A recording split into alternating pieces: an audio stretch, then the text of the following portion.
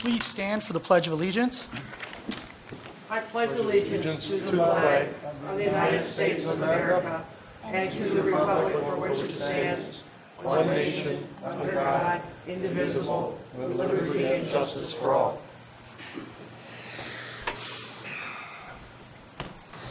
James said take 5 and pen 3.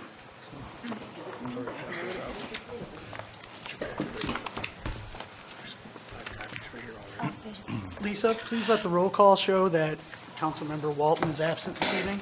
Thank you.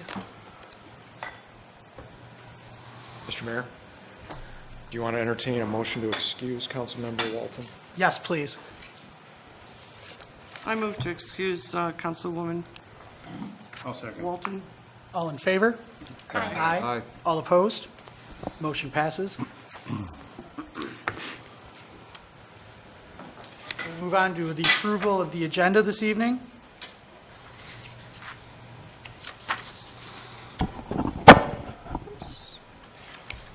I will move the agenda, but I have a quick question, and this may be out of order. I had emailed around that I would be leaving at 7:45, and I just want to put that on the record to let everyone know that I will be scooting out then. I don't know if that's going to affect anything, but I just wanted that to be transparent on the record.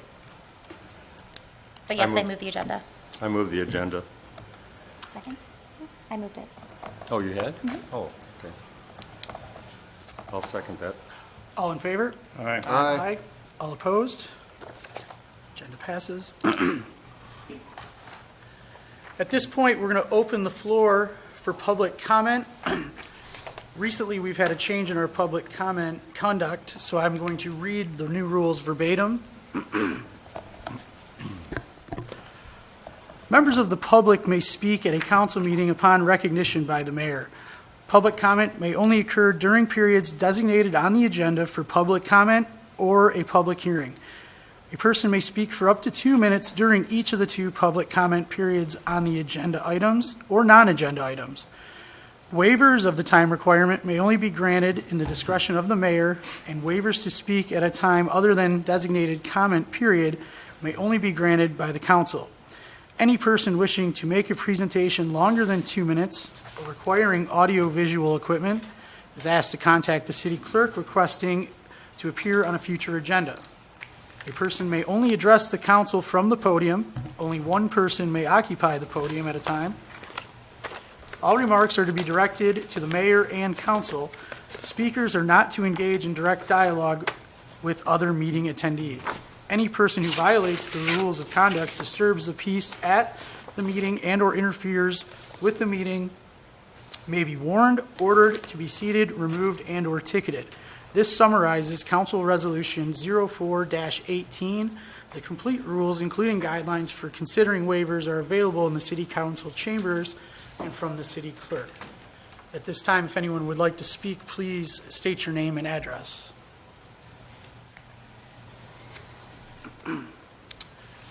Okay.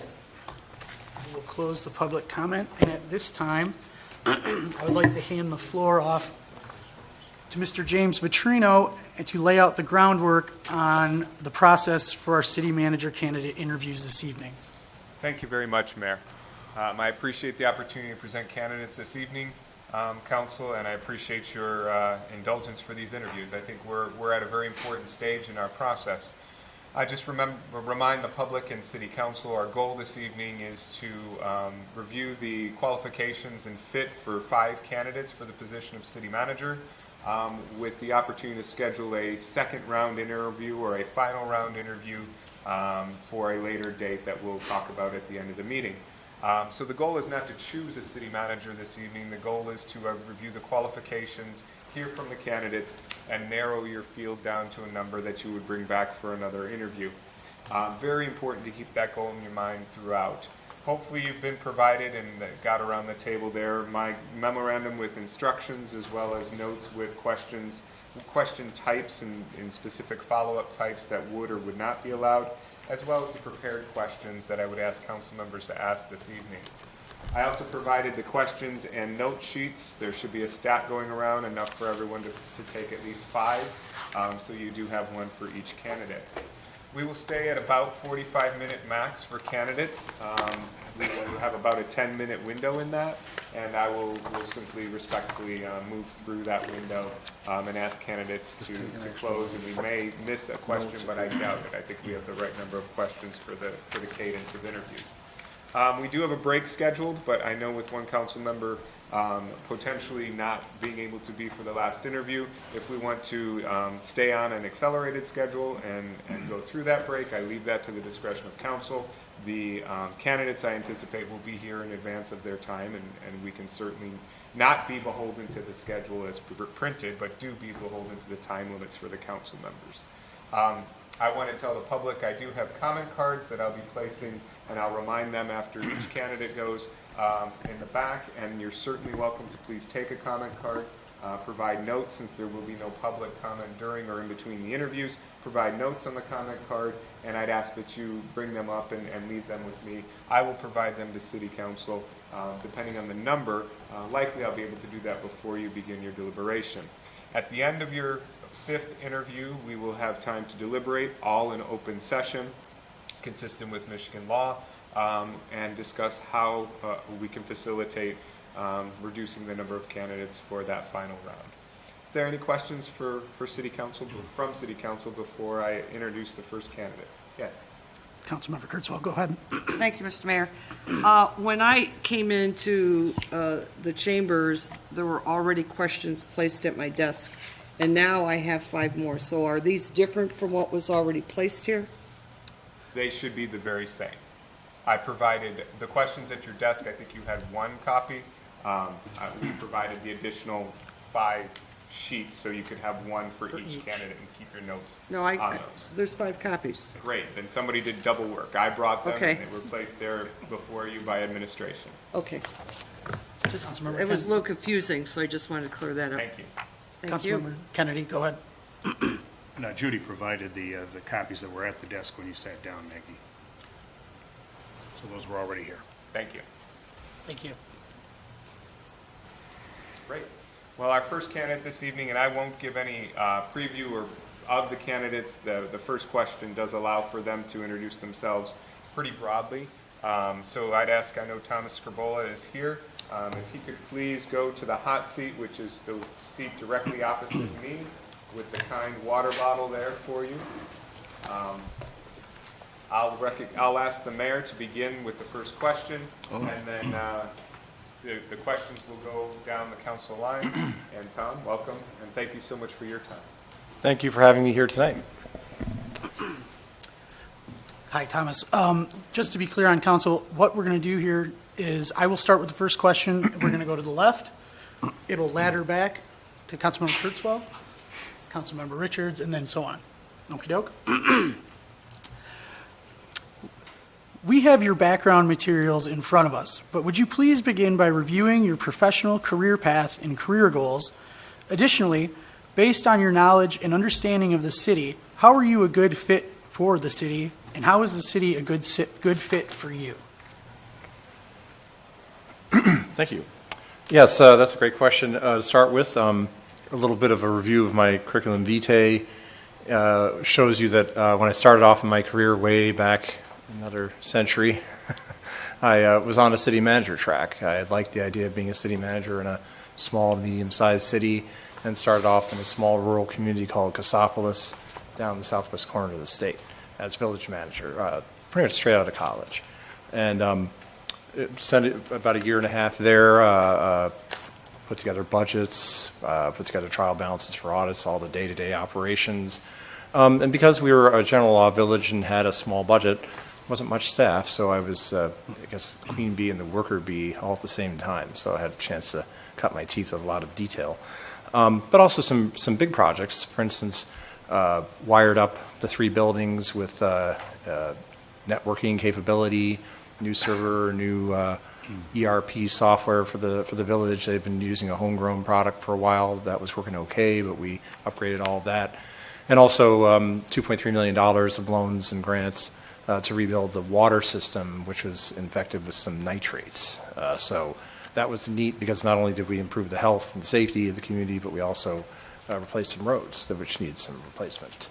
So Moving on from there, Rochester moved to Finance Director, Treasurer, IT Director for the City of Rochester. And, in many ways, South Lyon reminds me a lot of Rochester, when I was there. And very nice communities, lots of stuff going on, both in Oakland County, different corners of Oakland County. But the interesting thing with that is I switched from the city manager track to the finance director track. It was an opportunity that presented itself. A friend called me and said, would you be interested in this? And I said, sure. And it fit with my family situation and career goals at that particular moment.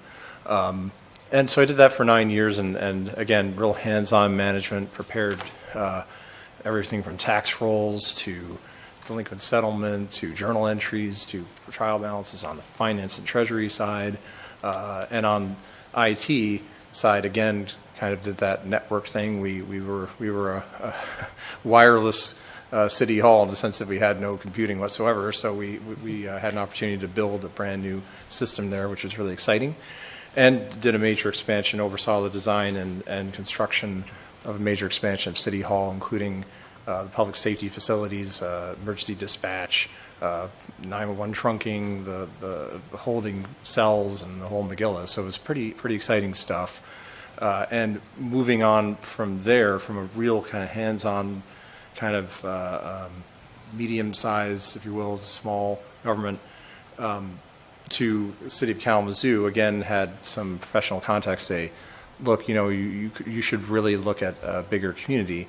Kalamazoo had a need for a CFO. They hired me, and at Kalamazoo, I had a rather large staff. Now, we also had a lot of challenges, and we were required, because of the Great Recession and a lot of other things, to start cutting the budget. So centralization was the order of the day. At that time, Kalamazoo was highly decentralized in their functionality. So I was asked to take what was the work that was being done by 50 people around the city in various departments and collapse it into my department downtown, which was finance, all things finance. And that was a really effective project because we went from over 50 people doing this work to under 30. And we also managed to do it very humanely in a way that didn't wind up with anyone getting laid off, which was really exciting. So we managed to use some contracts. We contracting of assessing and some other things. We managed to use some better software technology and just some elbow grease to put better procedures in place. We're also implementing a new ERP system, 2 new ERP systems, including BS&A for Treasury. That worked real well, and we managed to make it through the budget cutting there while keeping core services intact and at a high level of quality for both our internal and external customers. The challenge at that point was that we had gone through the first phase of budget cuts, but we needed to make another big stab at about $7 million of additional annual reductions. So for my department, that meant reducing a few more staff, and citywide, we had to come up with a way again to do it without laying a bunch of people off. So I put together an ERI proposal for the city manager and the city commission. They adopted it. We eliminated over $7 million of recurring expenditures and moved forward with a new design organizationally, which was an opportunity that was presented when we reduced 200 people from the organization and replaced them with 100 new people. So it was kind of like a way to both kind of hit the reset button and put a lot of new energy and ideas into the organization.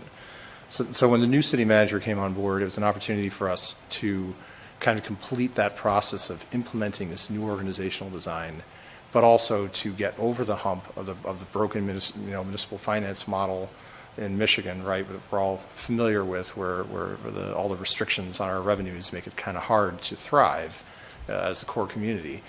So we did that. We managed to do that by tackling legacy costs with retiree health care, also tackled the issue of overall operational revenue by a very creative foundation concept, which is laid out in my resume.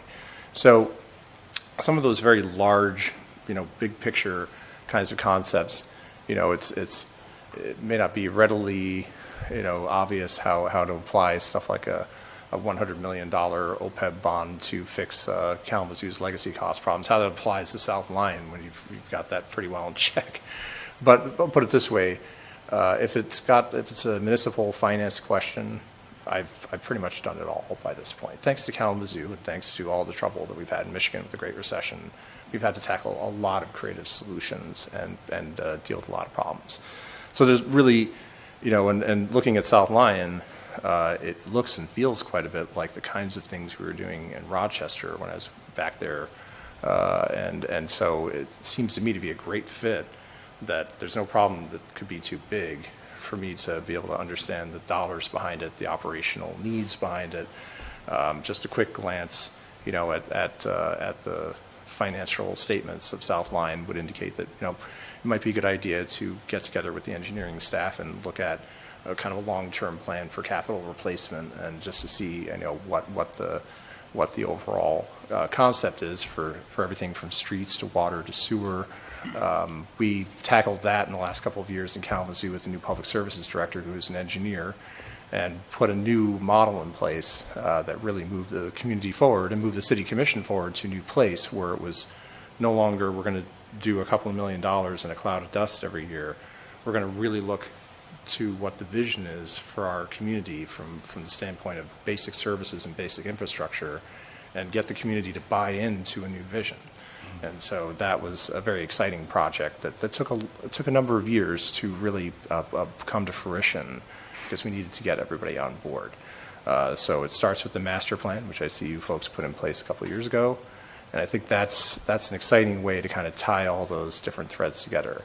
The last two pieces that I think are very interesting is great services begin with public safety, I think, and also with a great downtown when you're a core community like this. So you've got really strong leadership in both areas. I actually did work with Bob Donahue a little bit back in the old days in Rochester. And I know he moved on to Oakland County and ran their program there for downtowns, did a great job. So I have a comfort level with that leadership. That's a very challenging area, and also with your public safety leadership. So I feel like this is a community on the move. It's got a rich history and a dynamic future, and I've kind of covered all the bases in different communities with that already. Thank you. Councilmember Kennedy? Okay. Thomas, based on your research and understanding of the city, what do you believe are the most important opportunities and challenges for the city in the near term, and how would you approach these? Right. I think the first opportunity would be to support, the effort to look at to implement the community master plan, and I think that's already underway, and you've seen some positive things happening there, and it's an area where you have to use the vision of the community to balance all the various interests. There's no one size fits all approach to everything. You've got to look at all the components of every idea and understand how it fits within the master plan, how it fits in the moment, and how it feeds to the future vision. And I think you've got some great opportunities there. The economy is providing a lot of opportunities, but there's challenges with every development proposal that's out there that needs to see how it fits with the community. So that's opportunity number one. Opportunity two, I think, is, as I say, to look at the master plan in the context of the physical assets of the community. In Rochester, we were pretty aggressive with street and sidewalk replacement, and so that might be an opportunity to look at the community surveys and kind of see where the priorities of the community stand and what kinds of services and infrastructure they're looking for, and also to talk to the engineers and kind of see what kind of planning, long-term planning, not talking about what we do necessarily next year, but looking at how does the current scope of replacement fit into that, fit into a good long-term engineering scheme. So I think those are two things right off the bat that we'd look at. And then I think operationally, you look at the staff and try to, my first approach whenever I go to some place is to look at change management philosophy. And I've become really enamored of Lean 6, which is sort of another variant on ISO. It's a way to look at your procedures and get into continuous improvement.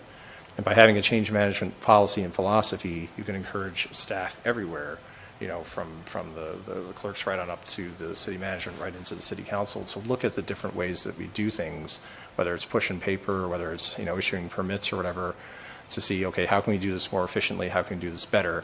And usually what you find is when you start to do that, you develop a lot of new ideas, energy, and you deliver better customer service right off the bat, because it's usually those frontline services that become a little bit more efficient when people are touching the front windows of City Hall and feeling a lot better about how they can do things quicker and easier and cheaper.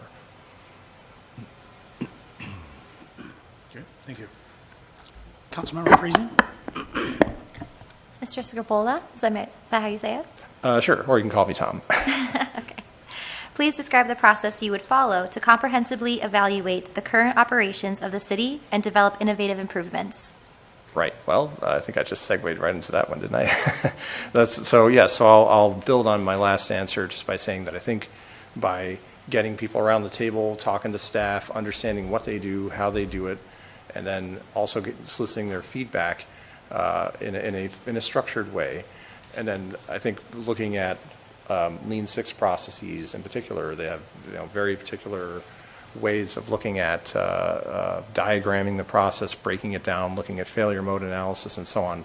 And we just had one in Treasury a few months back where one of the people taking water connection permits applications realized, hey, we could save like 5 minutes on each one of these applications by doing it a different way. Well, you add that up, that's 6,000 permits a year. That's a lot of time we just saved just from one person being listened, being encouraged to being listened to and implementing that more or less on day one.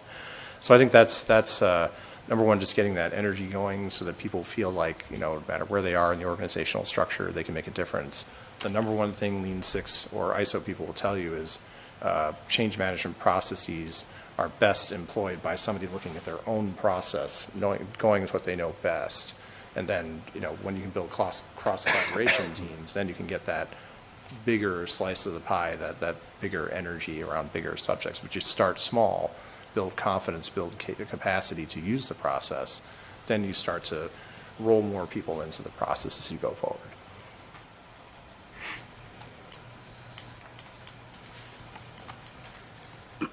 Councilmember Kivel? Well, I think your first answer really was pretty comprehensive because you've really touched a lot of the bases that we're asking about. The city's interested in improving its budget development process, fiscal reporting to the city council, planning for its capital projects, and management in its long-term liabilities. Please provide examples from your past experiences that demonstrate your fiscal management experience and your ability to implement financial policies set by the governing body. Yes, that's really important. I'm very proud of the budgeting experience and the budgeting results that we had in Kalamazoo. I'm going to tick off just a couple of things real quick. Legacy costs, we were facing a large pay-as-you-go problem with what was a $200 million retiree healthcare liability. And we were spending, $6 to $8 million a year on retiree healthcare, and that was trending up to 13 or 14 million. And to be honest, that last 3 or 4 million was going to kill us. And we said, okay, how can we get this surrounded? What are some other opportunities? We really addressed the liability and the cost side very aggressively with our bargaining units. I was very happy with the results with that. In the 11 years that I was there, we kept actually overall healthcare growth per capita to under 4%, which is a little bit more than half the national average for inflation on that. That was a collaborative relationship with our consultants and our labor attorneys and with the labor unit leadership. That was really exciting. We put the capstone on that by building more assets through the OPEB bonding legislation in 2013. We made quick work of exploiting that, issued a large set of bonds to bring assets into our investment system, and that would generate another $100 million plus of new assets to pay for retiree health care over the next 20, 30 years. So that was a really good way to both control the cost, build assets, and then through agreements with the bargaining units say, you're going to join us at the table to make sure this is going to work long term, which is a pretty unique setup for communities that use retiree health care. So that was addressing the legacy costs. The capital planning approach that we used was huge and raised our utilities, water and sewer capital investment from $2 to $4 million a year up to over $8 to $12 million a year. So that was very important. So it's two areas of legacy cost and capital. I was also very proud that we were able to utilize very effective forecasting methods for huge dynamic areas of our revenue and expense. Property taxes were going haywire. as assessments were bouncing all over the landscape a few years ago. And after 1 year of kind of dealing with that change, we put together forecasting methodologies that took a $30 million a year property tax estimate in October for our budgeting process. And by the time the role was actually confirmed in April, that October estimate was typically within maybe $40,000 to $50,000. So we were hyper accurate in our forecasting of that.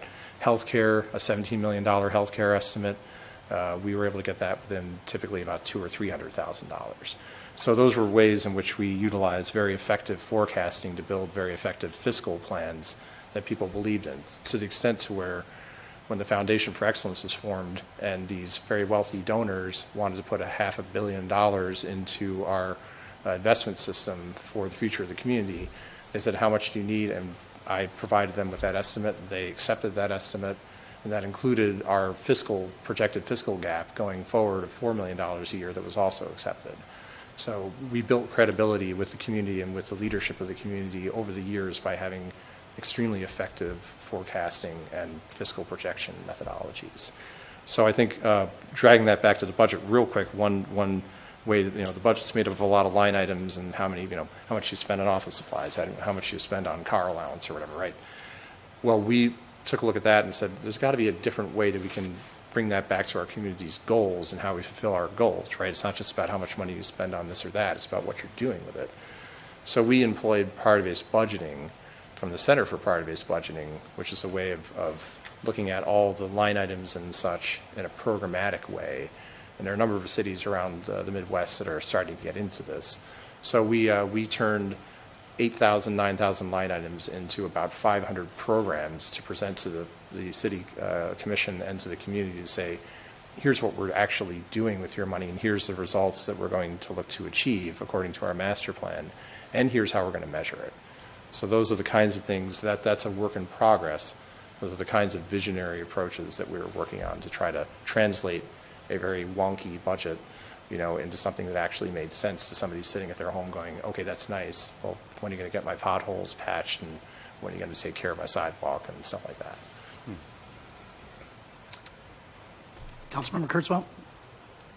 I would like to ask 2 follow-ups. Is that permitted? No, I'm sorry. Not for this first round. We're sticking strictly so everyone gets the same questions. Okay, I thank you. apologize. But it is your turn, too. What do you see as the city manager's role in communicating with the press and the public? And how specifically do you plan to be successful in communicating with the public? Okay. I think the first rule, of communicating with the press and the public is tell the truth. And that's job number one. Job number 2 is to be timely. And then job number 3 is to be prudent in making sure that you're not communicating information in a way that's going to be misunderstood. So yes, you can communicate the truth and inadvertently the recipients hear something other than the truth because they misunderstand it, then you've done a bad job. So I think really the content has to be truthful, it has to be timely, it has to be conveyed in a way that is targeted towards the audience and targeted towards the nature of the subject matter in such a way that can be easily understood. So I think the strategies and tactics that I've used in the past is to say, okay, who's going to be primarily responsible for drafting this, and then who's going to be the review team. And the drafter is somebody who has to have demonstrated written skills, okay, and I do have pretty strong written skills, I think. So sometimes I've been the drafter, and we actually hired a person whose focus was PR and communication writing, so that person took that over and did a great job. But then the review team is typically a cross-section of technical capabilities and personality types, so that you get a cross-section of folks and how they receive information. If you're a take-charge type A person, you're going to see information this way. If you're more of maybe a touchy-feely person, you're going to receive information this way. So having different personalities on that review team, I think, is a way to keep the message tight and keep it relevant to the audience. Thank you. Councilmember Richards? Thank you. Can you move your microphone a little closer? Sure. yourself? Okay. The city is interested in improving its success in applying for, receiving, and administering grants for important city priorities. Could you please provide your experience in administering grants, how you would approach implementing a success grant application and management plan for the city? Yes, that's a great question, because actually grants have been a huge part of each community's success that I've been a part of, starting with the USDA grant and loans of $2.3 million that we had in Cassopolis. And so number one, that started with having a great team of engineers, in that case Whiteman and Associates, who helped us to put that together according to the priorities and the rules of the USDA. And then number two, following up on it to make sure that it's being executed timely and being documented properly. So we had a team of myself, the lead engineer, the public works superintendent, and myself, who reviewed the application documentation and reviewed the progress reports to make sure that we were covering our bases. In the case of Rochester, it was somewhat simpler. We didn't tend to access grants for a wide variety of things because we were pretty well off. But we did access grants for road work from the federal government and from the state government, because that was money that was available to us to use for basic infrastructure. In that case, it was fairly simple. Again, we had Hubble, Roth, and Clark, who are our engineers in that case, and they would go out and do the site reviews, and they would pull the documentation together from the construction crews and turn that in. That was fairly simple. In the case of Kalamazoo, over the last 11 years, we've aggressively pursued grants for virtually everything and anything you can think of. Everything from CDBG to home grants to Tiger grants to the Tiger grants for major road projects. We were chasing down $50 million in Tiger grants, actually, to fund conversion of downtown streets from one-way highways, super highways downtown, to two-way streets that would be more walkable and be more, kind of pedestrian friendly and more downtown-like. So we did I think an outstanding job. Also, we had safer grants and the COPS grants, or what's known as CHIRP grants. We secured something in the order of about $10 million of COP CHIRP grants to fund about a dozen police officer, firefighter positions, and safer grants to secure funding for fire operations. So did a great job getting the grants, and then as far as I can recall, we had very few problems with implementing those grants, and in terms of if there were any incidental findings, we fixed them very quickly.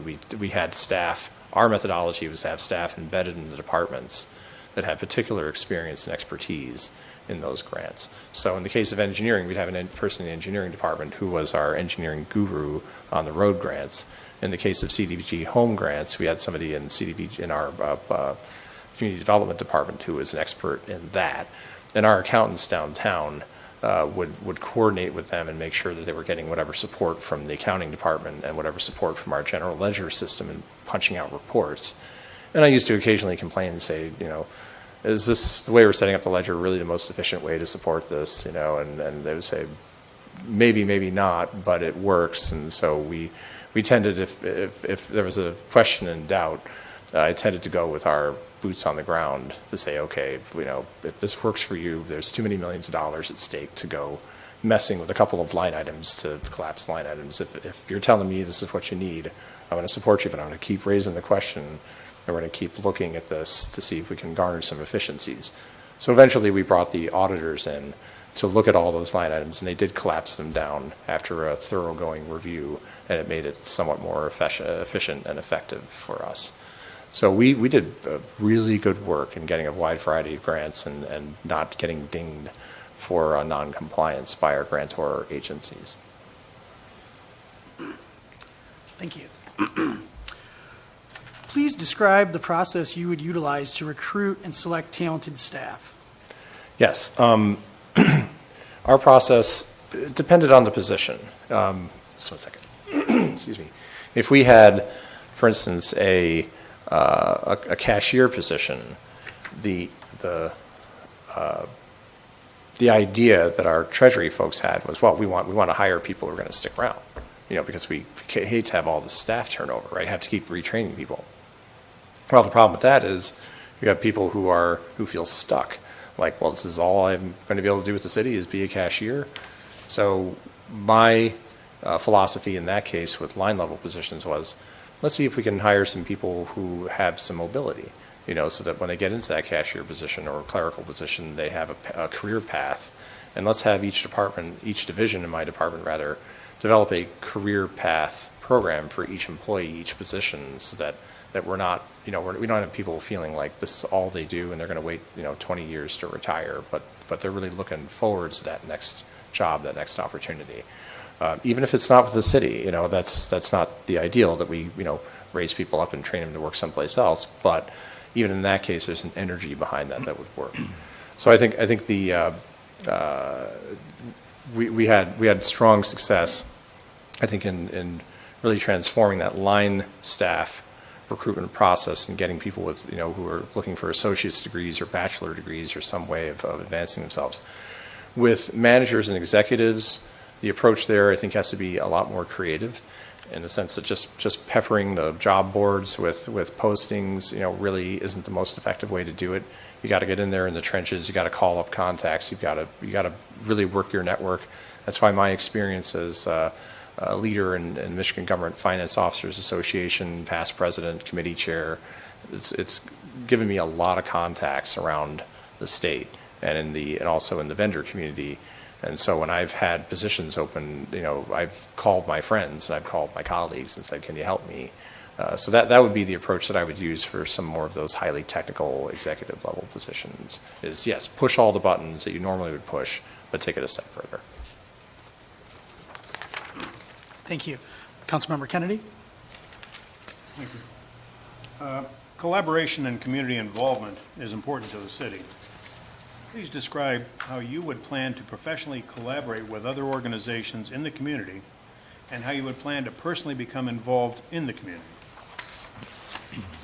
Yes, that's very important. I think the city manager is not just somebody that sits at a desk and pushes paper around and tells people what to do, but to me the biggest aspect of success for a city manager is building relationships. So those relationships start, I think, with partner organizations of any type. I mean, you can look at, in the case of Kalamazoo, we looked at primarily the institutions. We are a large institutional community. We had the old Upjohn family, the Stryker family, the Western Michigan University, K College, lots of institutions there. And typically those institutions pulled in board members from corporations who were also involved in the community. So and I did this quite a bit, when I would step out into the community to make contacts, I would typically start with the governing boards of the different institutions that were already invested in the community. So that would be my first step is what are those sponsoring organizations, those institutions, that civic infrastructure that's already in place, it's getting the job done, it's looking to help people, it's looking to grow the community, it's looking to nurture the community's heritage, whatever it is. What are those? Who are the board members? Who are the invested folks behind that? And what are their ideas? And how do we pull that together into a more holistic way of moving the community forward? So I think that's number one. It's been a highly successful model that I've used in the past. And I think beyond that, a much more retail level of engagement that I used with some success was when we revamped our purchasing process recently. I made a commitment at the beginning of that process when we were going to Lean Six the purchasing process. I made a commitment to the City Commission in a public meeting that we were going to reach out to our entrepreneurs and to our small business people in the community to try to increase, buy local from the city. We had a local preference policy that was pretty aggressive, but there were still a lot of people out in the community that felt, how can I get a contract with the city? How can I work for the city? Oh, they just have their Rolodexes and they always call whoever they call and those people get the business, right? And to an extent that was true. So one of the promises that I made was that we're going to put a system in place. It's going to be completely technologically driven and impersonal and impartial. You turn in your registration as a vendor. You indicate the codes that you want to have bids for, the commodity codes, and you're going to get a bid every time you go out to bid. So that was another way that we connected with the community and what I did to make that happen was to go to all the neighborhood leaders, to the 11 neighborhoods, and met with them personally and engaged them and said, what business owners are on the street, and how can we help them? That was a very unusual, method of approach, and they were very grateful.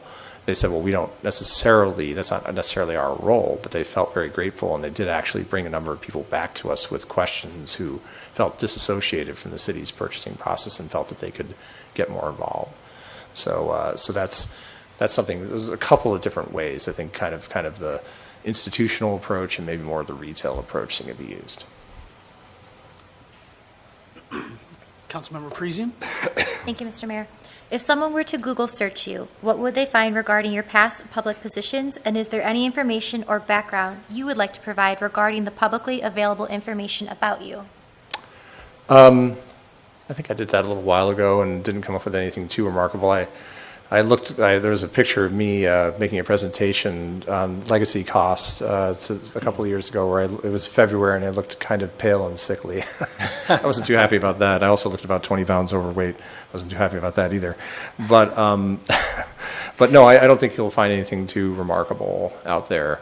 I think there's actually a guy in Czechoslovakia who has my name or something. I hope he hasn't done anything too bad, but no, I don't think you'll find anything on Google that's not terribly that's not right in my curriculum vitae or otherwise boring. Thank you. Councilmember Kibble? If selected as the next city manager, what do you predict your tenure here would be? Whoa, that's interesting question. Okay. Long enough to get the job done. I don't know. I mean, they say the typical, city manager lifespan in a community is 3 to 5 years. I mean, when I take a job, I want to stay for at least 3 years. And from my vitae, you can see that, it's been more like 9+ years in the last 2 cases. So I like to make a commitment and stick with it and be the guy who's going to see it through.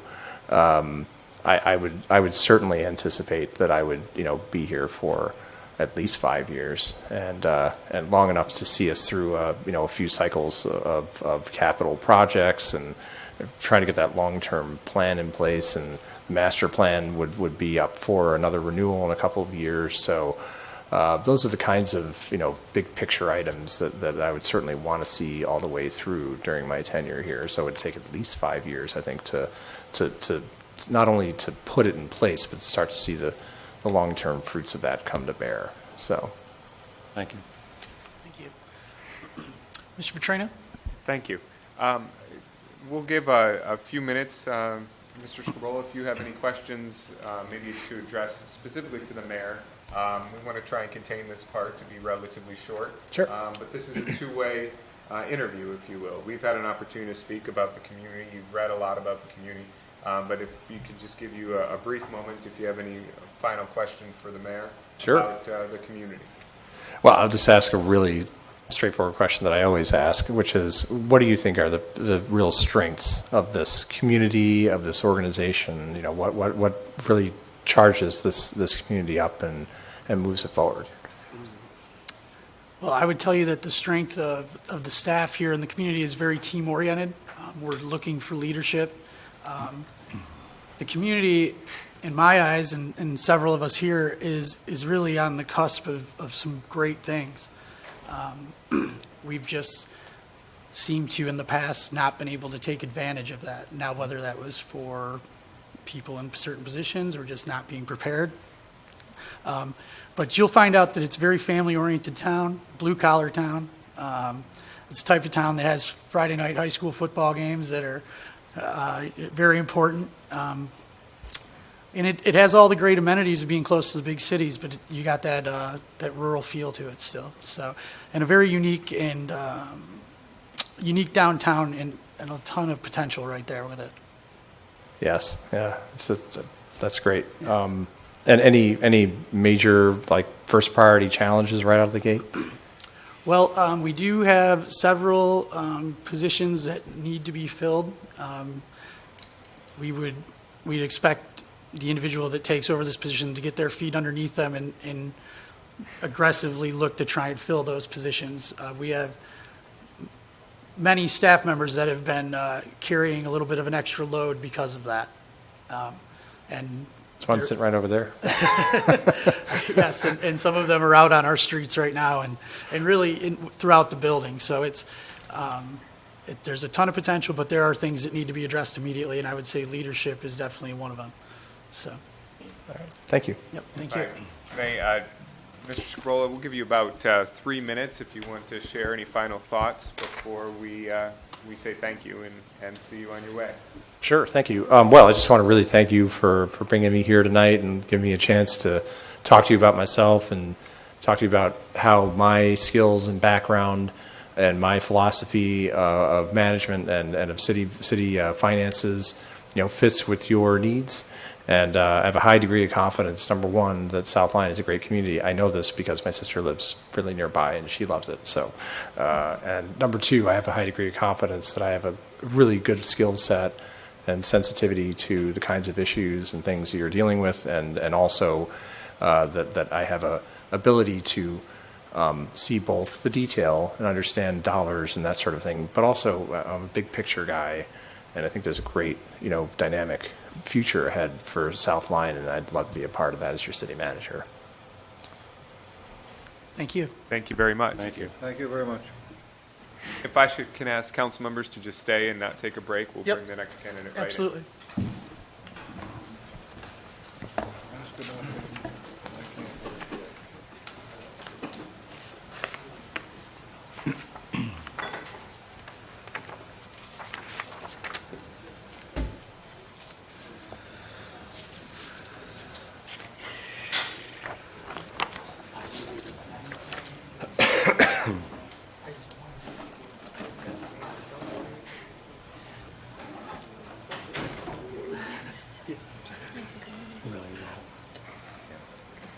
Thank you, Mr. Mayor. Thank you for that explanation. She's doing substantial. 2 weeks is an enormous turnaround.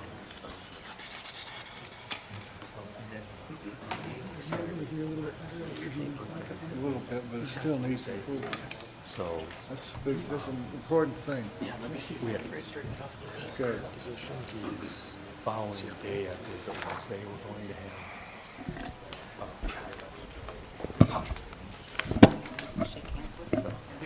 And she in her head like she had done a lot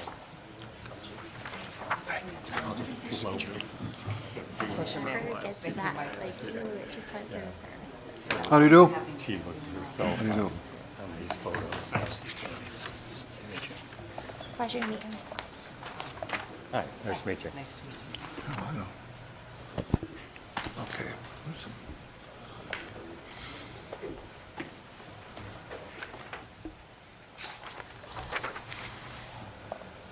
All right, thank you very much. I just want to remind the audience again, there are comment cards around the auditorium, both on the back and then on the edges. If you have any comments that you'd like City Council to consider during the process of interviewing candidates, please write them on those cards and please leave them at this table. We will make sure that City Council receives that feedback. There won't be any public comment during the interviews themselves. With that, I'll let the candidate through question one introduce herself, but I think we're ready to roll. The first question will be asked by the mayor, and then each successive question around the table. And we're going to stick to about 45 minutes maximum. So candidates have about the same amount of time. And just for the candidate, it's about 10 questions that we have prepared, just so you can understand your cadence. Okay, Mr. Mayor. Thank you, James. Thank you for being here, Tracy. thank you. Question one, we have your background materials in front of us, but would you please begin by reviewing your professional career path and career goals? Additionally, based on your knowledge and understanding of the city, how are you a good fit for the city, and how is the city a good fit for you? So most recently, I have been serving as the township supervisor in Redford Township, which gives me a very unique perspective to be a city manager. I know what it's like to be in your seats, and I also know what it's like to be in the seats of the resident. So I bring to this position that unique perspective. I have 10 years as township supervisor, 4 years as a township trustee, 2 years on the Zoning Board of Appeals, and about 9 years, I think, with the Guidance Center as the Director of Human Resources. I started in local government kind of, I'd like to say, on a fluke. My husband at the time suggested that I should get a hobby. So I volunteered for the Zoning Board of Appeals. The next thing I knew, it's 2018 and I'm the township supervisor. What I've learned through this process over the last 14, 15 years is that I really think that my strength is in general management, not necessarily in the chief executive officer position. And in a township, you do both. You serve on the elected body as well as being the city manager or the township manager. Sometimes there's a conflict with that. So I've decided to really pursue that career path and be able to bring all of my years of experience with HR, local government, municipal government, finance, all of those to one spot, and that would be the city manager spot. So what have I learned and how would that help you and help me here in the city of South Lyon? I think I've done a pretty good job at doing my homework on you. And the city manager survey that went out really gave me some good insight as to what the residents were looking for. And they're looking for someone who can be a strong leader, but who can work well with each individual member of the board, and someone that will communicate. Those people that I work with and for will tell you that I'm probably, maybe I'm an over-communicator, but I would rather over-communicate than not communicate at all. I also prefer to lead through a team mentality. I understand that the buck stops with the city manager, with the mayor, with the township supervisor. I get that. But if we're going to build a good, solid team going forward to better the community overall, we need to make sure that everybody is at the table. The decisions that are made through the budget process, for example, to provide for the police department, those are real fund dollars, general fund dollars that you only have so many of. So you need to make sure that everybody is at the table and everybody's singing from the same book. If that doesn't work, then you have continued conflict and people fighting over those small resources every day. So my approach is to work with the department heads first, work with the council, make sure that I understand exactly what each of you want individually and collectively, and that we bring a shared story to the table. Thank you very much. Sure. Councilmember Kennedy, go ahead. Thank you. Tracy, based on your research and understanding of the city, what do you believe are the most important opportunities and challenges for the city in the near term, and how would you approach these? So remembering or keeping in mind that the only real information I have is that which is in print or on Facebook or maybe just from a one-eyed view of your council meetings and minutes, that doesn't really give you the full picture. So my opinion of what is the biggest challenge right now, again, I'm going to go back to that city manager survey and talk about why people felt it was so important that the city manager work well with the city council and that the city council work well with the city manager.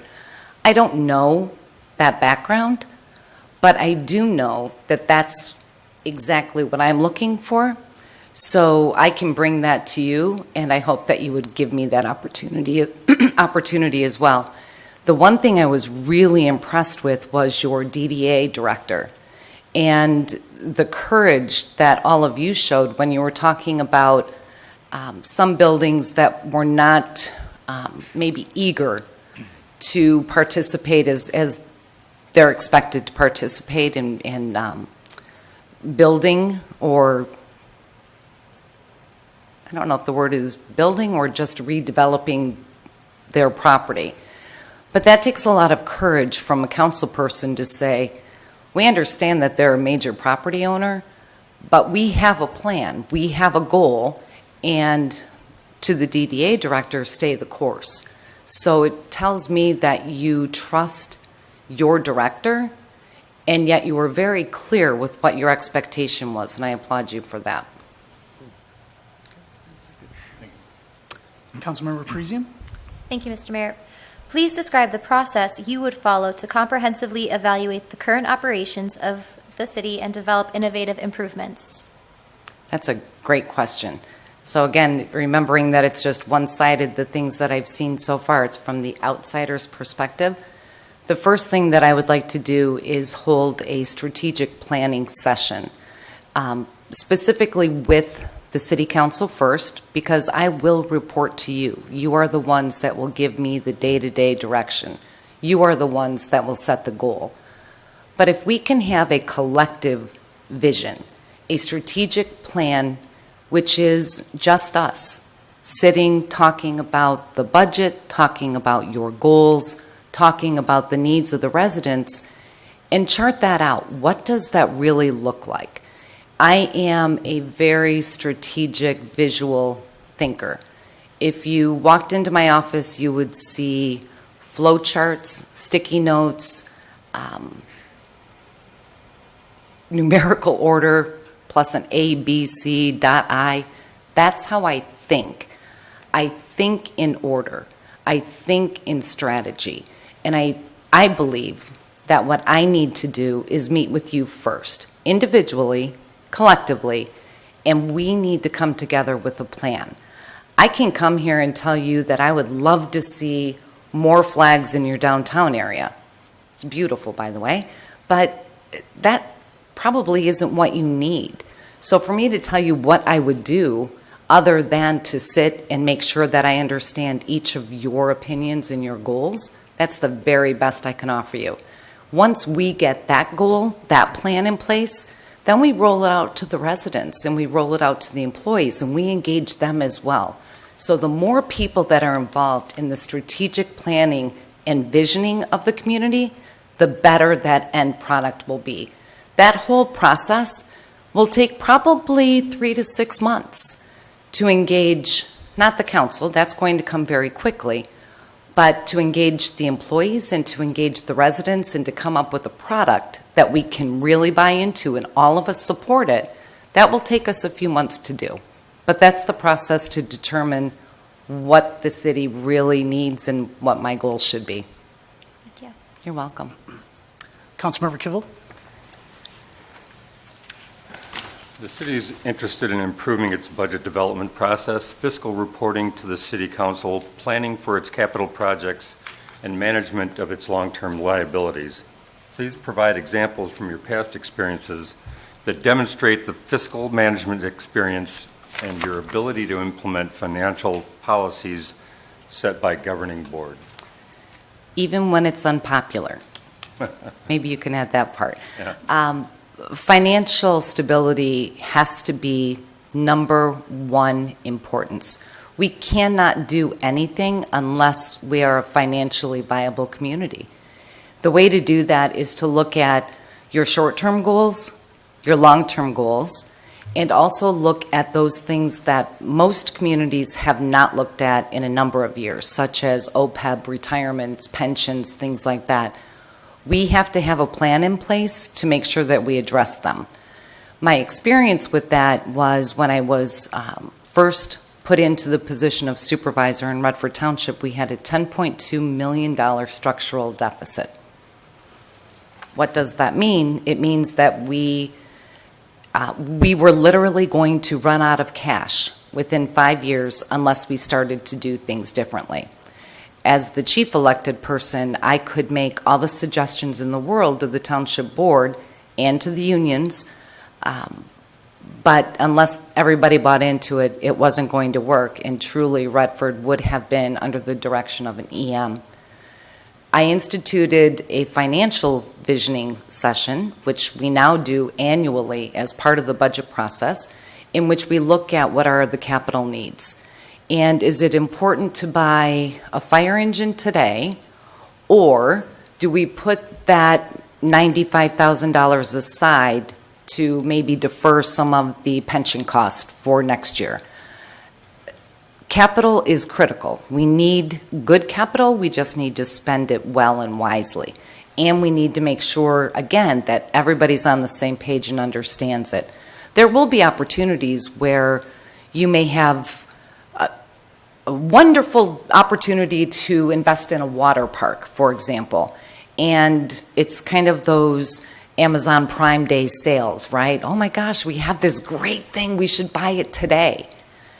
But you have to be able to say no. And you have to be able and willing to say yes when you really can. But you shouldn't say yes unless you have a plan.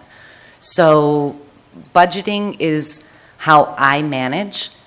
If I don't have a budget, I don't know what we can and cannot do. And I think that leaves the council in a very precarious situation if they think there's money but there's not, or if you get surprised by a rather exorbitant OPEB cost coming down the pike. That can be terrifying for a council, but it shouldn't be. If I can come out of a $10.2 million deficit, I'm pretty sure I can help South Lyon maintain their good fiscal record. Thank you. Councilmember Kurtzwell? What do you see as the city manager's role in communicating with the press and the public? And how specifically do you plan to be successful in communicating with the public? For me, that's easy. It is, I know it sounds kind of silly, but I am kind of a social media guru, number one. So I tried to join the South Lyon Facebook page, for an example, because I wanted to see what people were saying. What I didn't see was a whole lot of activity from the South Lyon government, giving information out. That should be the role of the city manager. That should be the person who is pumping out the good, the bad, and the ugly every single day. This is what's happening in your city today. And be available and be responsive. It doesn't help if you're just simply putting information out and never listening or never responding to the information that you do get. So that would be one thing I would do. I would implement a very strong social media campaign, if you will, a strategy, because I think it's important. That's how people get their news today. I know that the Oakland Press has been following this process for you, but it was only 4, maybe 6 hours ago that people actually learned the names of the candidates. While I appreciate it to some degree, I think that's important for the public to know who you are considering for their council. So I would like to see that be a big piece of what we do to communicate. In terms of communicating with the press, I should be able to call them every time I want something to get out in the news, and they should be able to call me every time they have a question. Text me, call me, email me. It's okay. We're not always going to agree, and I'm certainly not always going to agree with the way the message comes out, but that's okay. We should be able to control that messaging, and I've done a pretty good job at that in the past, so I would expect that I would be able to do the same for you. Thank you. You're welcome. Councilmember Richards? The city is interested in improving its success in applying for, receiving, and administering grants for important city priorities. Could you please provide your experience in administering grants and how you would approach implementing a success grant application and management plan for the city? A success grant?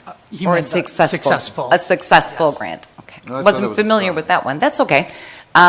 We have had to write a number of grants in Redford Township, from SAFER for fire departments to JAG to COPS to BVPs to NSP to SNAP. I know that's a whole bunch of acronyms. But what that means is that I have been directly involved with writing grants for police, fire, community development, housing, parks and rec, even private grants and private-public partnerships to assist with projects that may not necessarily qualify for a grant. So I've done that. I've done that with a team of people, and I've done that with myself. All by myself, I've written quite a few. The biggest piece for finding new revenue sources, and I think that's really the bigger key, we hear all the time that just write a grant for it. There aren't always grants available. But if you can find a project that somebody else can buy into, especially a partner, a business partner, a school partner, a faith-based partner, you can find ways to get that revenue or to get that service completed without doing it through an official grant process, if you will. So when we talk about grants, when I talk about grants, I talk about things that are not just standard research it on the internet, make sure that you're tuned into every listserv there is for grants, but look at other partnerships that can help you accomplish the same task. Did that answer your question? Thank you. Yes. Thank you. Please describe the process you would utilize to recruit and select talented staff. To recruit and select talented staff. Number one, let's make sure that we have community that people want to work in. So making sure that our work groups are highly functioning, highly skilled, and highly motivated.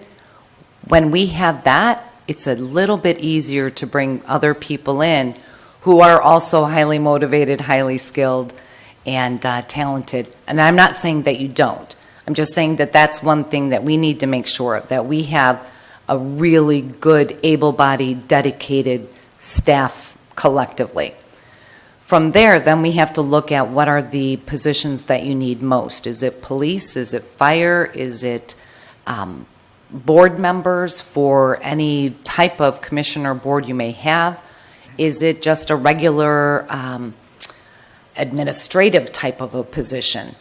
There are different recruiting techniques for each of those.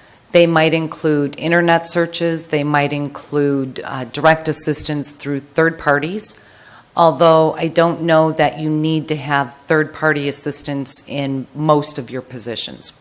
Probably the top 5 to 10% if we were looking for a fire chief or a police chief, for example. But the internet is important. Going to schools is critically important. Making sure that we are growing our own staff, that is huge. With police, you have to look at cadets. You have to look at getting young people involved in the programs. Same with the fire department. Offer internships that provide an opportunity to give people training and encourage them to join you long term. People don't necessarily go to a new job because the pay is great. It's more about the climate in which people get to work. And once we know that we have the climate, we'll get the people. It's a question of making sure that that is a priority.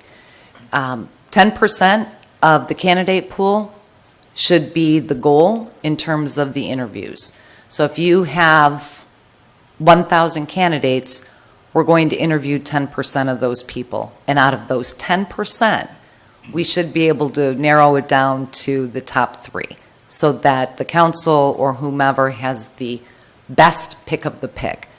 But it's not something that you do just by running an ad in the paper. It's real work. Recruiting is something I've done for years and years and years and years, and it changes every day. But we just need to embrace those new skills and those new outlets that are available. Thank you. You're welcome. Councilmember Kennedy? Collaboration and community involvement is important to the city.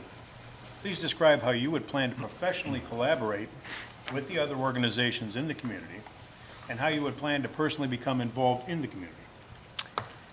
I cannot be a successful city manager unless I am actively involved in this community. The way to get actively involved is pretty simple, by joining, being a part of the Chamber of Commerce, by looking to your faith groups to see if they have a shared joint program. I implemented a program called Building a Better Redford, which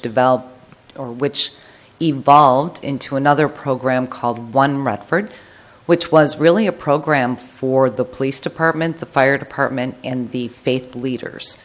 The faith leaders being the rabbis, pastors, priests from just about every church in the community, coming together once a month to talk about what the needs of the community were, what the challenges were, what the great things were, and how do we start getting people to come together more frequently and more purposefully. So the One Redford program is still rolling along beautifully. I no longer have to be the leader of it. I can simply be a participant of it. But that was one thing that really made a difference in our community, getting people to know each other.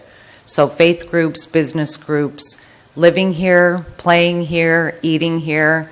Before I came to this interview, I went and made sure I found a place to eat here so that I could look around and see what was here.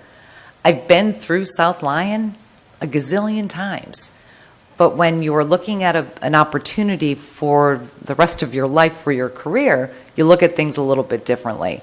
So what can I do? Do I know who's putting that new roof on?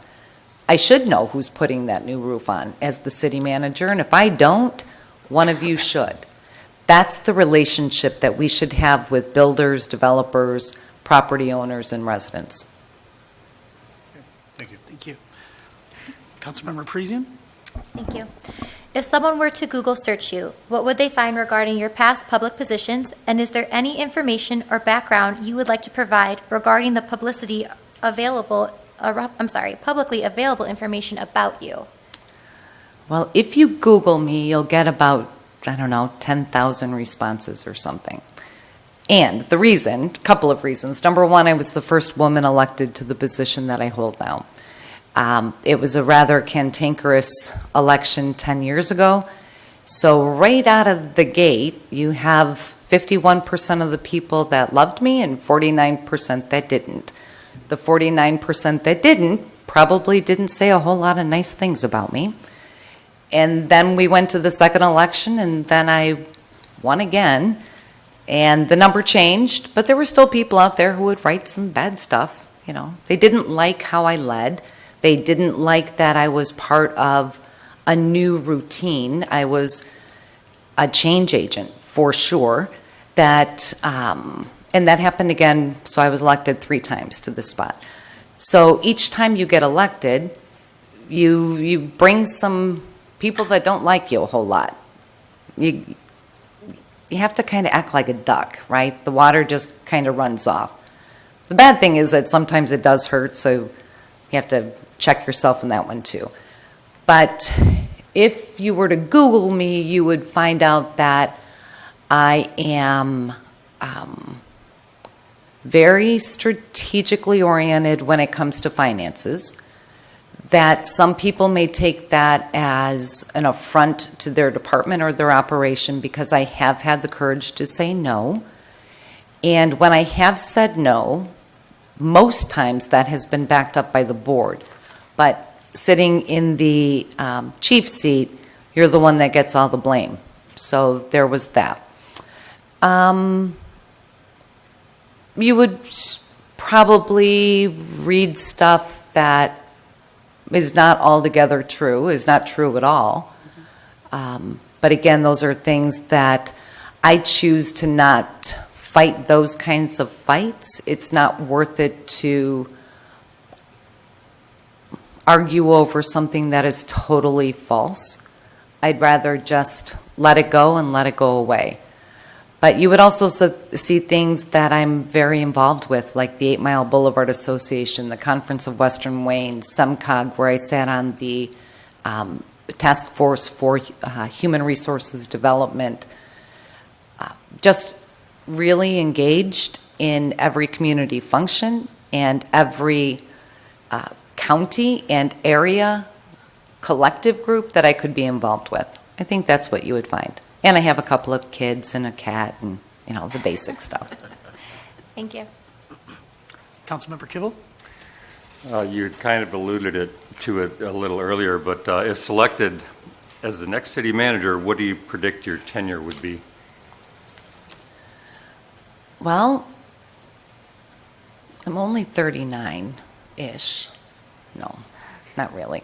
But I would like this to be my last job. And I don't see retirement anytime in the near future. So 10 years, at least.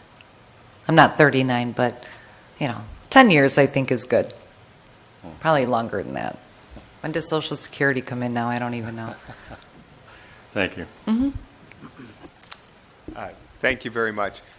This is an interview both ways, and at these interviews, usually the city gets to ask many more questions, and that'll be the case this evening also. But we do want to give you an opportunity to address the mayor if you might have any questions specific to South Lyon that you would like to ask, or of me about the process. But hopefully if you have a question for the mayor, this would be your time to ask. Thank you, Mr. Vitrano. Mr. Mayor, the one question that keeps coming to my mind is, if you had a magic wand, what would your ideal city manager do, be, and say? Well, to do, let me just scribble that down, do, be, and say. Remember, it's a magic wand. Yeah. We're looking for, strong leadership from the top to help several of our departments that have been without that for a little bit of time now. To be, I think the communication skills is huge. And we need leadership from the city manager too. Chief Collins has done a fantastic job with that, but there's been a little bit of a vacuum prior to that. And say, I just love truthfulness, let's focus on what we think this community is capable of, unite the council, the staff of this city, and I think we all agree is we get a picture of our future goals and work together to accomplish them. So that would be my magic wand. Okay. Yeah. And we can throw infrastructure in there too, which is a very big concern. That's a concern everywhere. You don't have the issues with lead pipes or anything to the degree that I've seen in other communities, though, No, not- right? So you're lucky there. So, well, thank you. No, that was a pretty simple one. So communication is something that I think I'm really good at. Good. Telling you the truth is very easy to do, even when it's difficult to do. But if I don't tell you the truth, no one is going to be successful. Right. So I will tell you the truth even when it hurts, and I'll try to find a way to give it to you in a way that doesn't hurt so badly. Well, I appreciate that. Sure. That was my only question. The process has been great. Mr. Vitrano has done a wonderful job. Thank you. I'll mess that up right now with the next question. I'm going to add a question for you because I do want to provide some additional time. And that question is very specific to your experience, and it goes to your opening statement about transitioning from an elected chief executive officer to an appointed chief executive officer. It's very unique as a candidate. Can you provide just some more, how that transition in your mind, you'll work through that and the pros and the cons in that type of transition? Sure. The toughest part of it for me will be knowing that I'm leaving a community where like 97% of the people voted for me in the last election, which was only 2 years ago. And that was in the general. In the primary, it was 52% spread out over 4 other candidates. So I had a very strong base. So if I feel badly about anything, it's that I would have to tell all of those people that I have chosen to take a different career path, if you will. From a technical standpoint, I can retire from my current position at any time. And the township board changed its form of government anyway back in February. So my position, where it has always been everything day-to-day, 24/7, has changed to the point where I'm kind of a bit of a figurehead to the degree that I sign things, I run meetings, but I don't have day-to-day duties anymore. I really need to do that. That's what I do. That's how my brain works. So the transition would be just like any other transition. It would be at, a 2-week notice to the current Board of Trustees. They would appoint a replacement, and we would go from there. Thank you. At this time, I'll give you about 3 to 5 minutes if you'd like to provide any closing statement or message to the council that they can take with them after this interview. Thank you. So I told you a little bit about me, and I know that you've read a little bit about me, and I know that Mr. Vitrano has done a good job at doing his background checks and reference checks. What you don't know about me is that I have always chosen to be the most committed, professional, dedicated person I can be to whatever position I've held, be it the director of HR, be it a headhunter, be it a mom, or be it the township supervisor. You will always get more than 100% from me because that's what I do. For hobbies, I don't bowl, I don't golf very well. I do build things, like literally build things in my house, shelves, closets, walls. But those are things that I do in addition to my work, because my hobby is my work. My children are grown. My cats are pretty self-sufficient. I can do and be what you want me to do and where you want me to be. I'm very, very flexible. Sense of humor is critically important to me. I need to have fun. I hope that you have fun as well. There's a time for fun and there's a time for seriousness. And when you get to know me better, you will know my serious face. My daughter calls it the mom face. But she also knows that the fun side of Tracy can pop up at any second. So I think that's important when you're building relationships, and I think it's important when you're building a workforce group, because you have to be able to get along, and sometimes you can't be all serious. You will maybe not find another candidate that has the unique experience I have, but I'm looking for a community where I can bring my skills to you and help you, as well as a community that I can grow in, a community that I can look in Oakland County and Lyon Township or South Lyon Township and Brighton, and what are we doing to collaborate here? I've done all of that in Wayne County.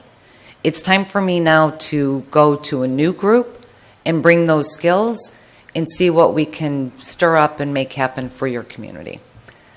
That's who I am. That's all I've got. And a black eye, in case you didn't notice. I have a black eye. Well, thank you. That was a great answer. Thank you very much. Thank you. We appreciate your commitment to this process and the time you spent with us this evening.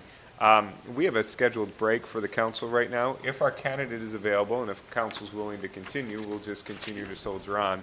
But I will escort this candidate out and see if our next candidate is ready. Great. Thank you. Thank you very much. Thank you. Thank you, thank you. You are very, very welcome. Come and shake your hands again. Thank you. Thanks. Appreciate it. Thank you for playing. Thank you. No, my pleasure, really. Thank you for not calling out my black eye. Everybody's asking. Actually, truthfully, didn't notice it, so no. Oh, good. What if I take my glasses? There we go. Well, I hope you earned it. I wish I had a good story about it. It's one of those things where you fall down a flight of stairs and Oh, land boy. on hardwood. You Wood walked wins, away yeah. with just a black eye, that's fine. Just a black eye. Thank you. Thank again. you. Thank you. Thank you. So, Oh, the new pen. All right. Well, I think follow the schedule. I think Sure. that's My fair to umbrella the lead. candidates. I'll take my what? Okay. Thank you. I think it is raining. Actually, I'll leave all of that. Thanks again. Bye, everybody. Have a good Take day. care. It's nice. You're going to do it as well.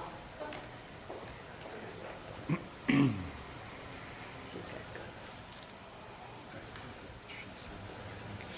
strength is more. Hey, Chief. Is there an extra water in that?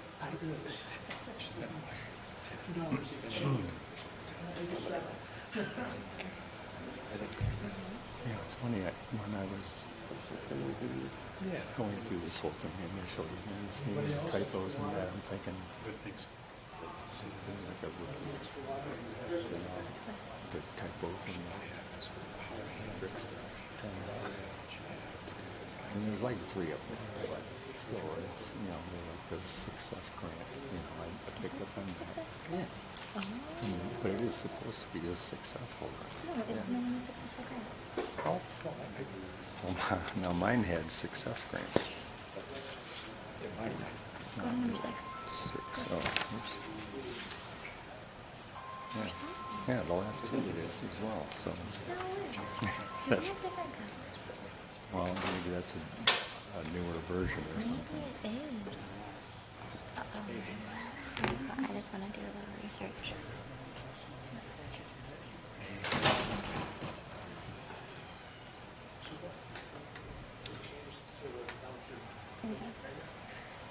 Right, to a manager. To a manager. Yeah, Lyon did that at one time, remember? We Yeah, had they Chris did up too. there. Oh, did they? That's how For a John short done it. time. Yeah, Yeah, well, that was Chris, somebody, it was before Lenny Young. right. Then they went back to, Yeah.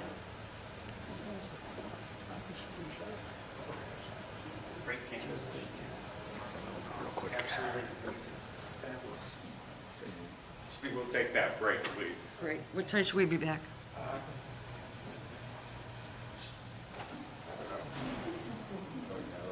10, 15 minutes. Quarter two? All right, I know, I didn't get a chance to talk to everybody.